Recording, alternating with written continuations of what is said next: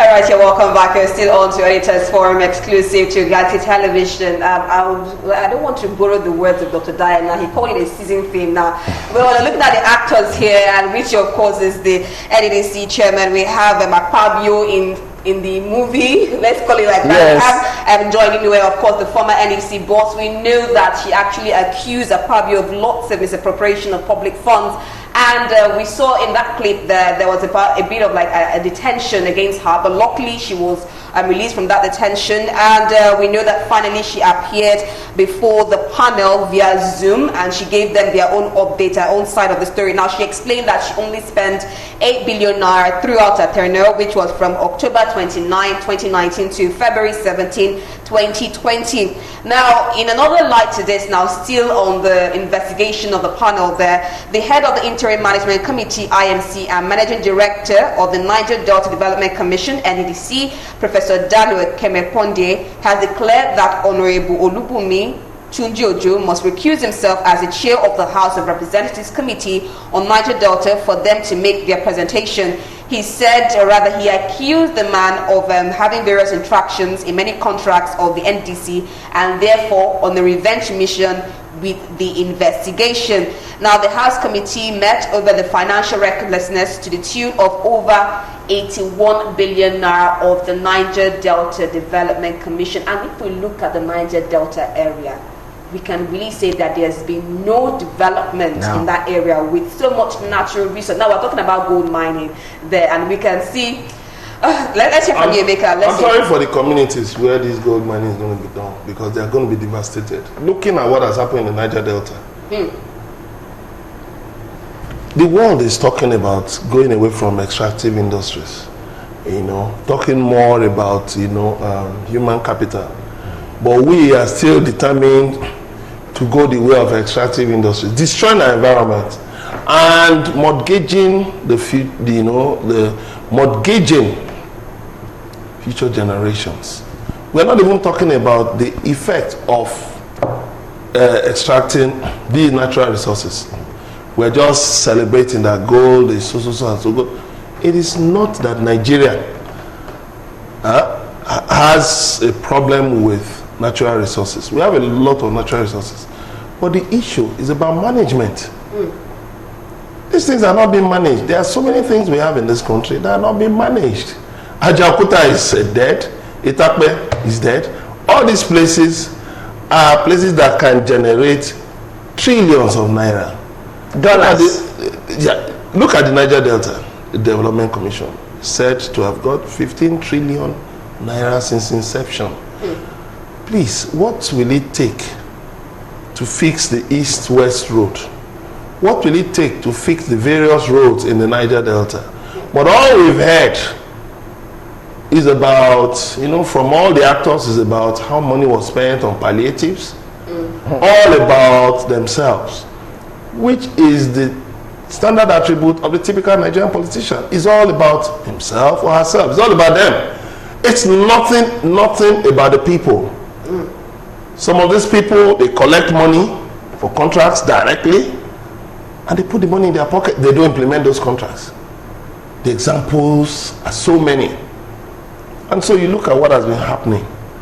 Then I now wonder, what is the business of the police in this matter? Akpabio made his own set of allegations. Nunye made her own set. Then the next thing, a group of policemen just landed in her house, broke down her gate, and tried to take her away by force without a warrant of arrest. Where is that done? Where is that done? And then you say they are IGP monitoring squad. But the same IGP recently said that he was not the offices of the intelligence response team, handling kidnapping and all that, and the STS, the state offices should be shut down. Now, why do you leave a team called the IGP monitoring squad, which there have been recommendations that all these squads, these squads should be disbanded for proper monitoring of the activities of policemen. But you have an IGP monitoring squad that went to somebody's house by 4 a.m. and tried to grab her. The Commissioner of Police for Rivers State is on record as saying that he was not aware. The PPRO said he was not aware. Suddenly, Within how many hours? The Commissioner of Police suddenly said it was the IGP. And I wonder, based on what? Logistics. Based on what? Based on a whimsical display of power? That's how you want to be. Is this a police state? Is this a banana republic where you just go to somebody's house by 4 a.m. and attempt to take the person away? And the Commissioner of Police is even defending that? What kind of a country is this? Listen, like Doctor said, we will not accept this season film.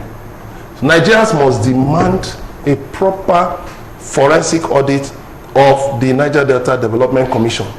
All these theatrics should be set aside. That commission reeks of malfeasance. It is a total disaster. Okay. Like somebody said, in fact, if it's not just disbanding I don't know, because I wonder, when you have a Ministry of Niger Delta, what is the Niger Delta Development Commission also doing again? That identification of and which is a major problem. So many agencies that don't have anything, agencies on planting of flowers, maintenance of flowers, all kinds of agencies.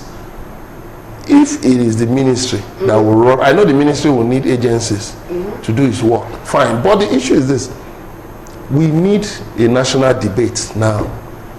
Vice President Shimbaji was calling for a national debate on the cost of governance. Let's start with the NDDC. Is it proper to keep pumping money into an agency where, that people regard as an ATM? Just go take money.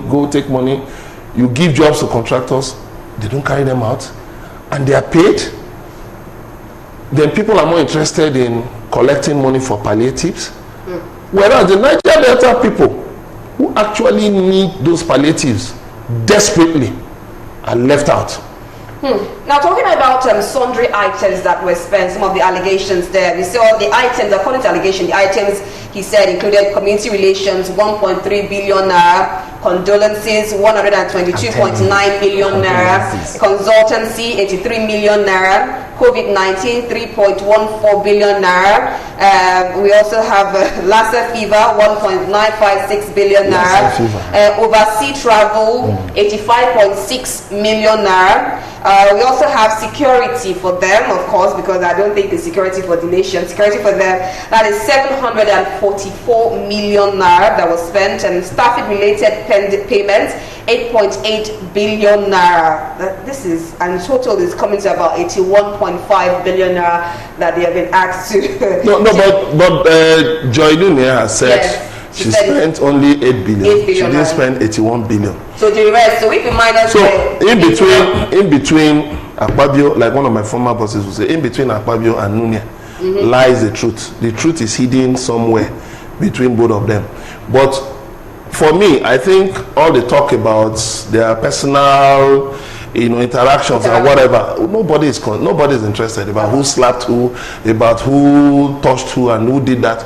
Listen, this is you can slap yourselves as much as you like. Put it to the side, but we want accounting for our money. 15 trillion naira is not a joke. Do you remember it was the same NDDC? We're not talking million or billion. Do you remember it was the same NDDC where a former MD was said to have put 270 million in a casket and burnt it? Have you forgotten that story? Yeah, I remember now. In this country, Nigerians, things develop, so we forget things. But it was NDDC. Don't forget, it was NDDC.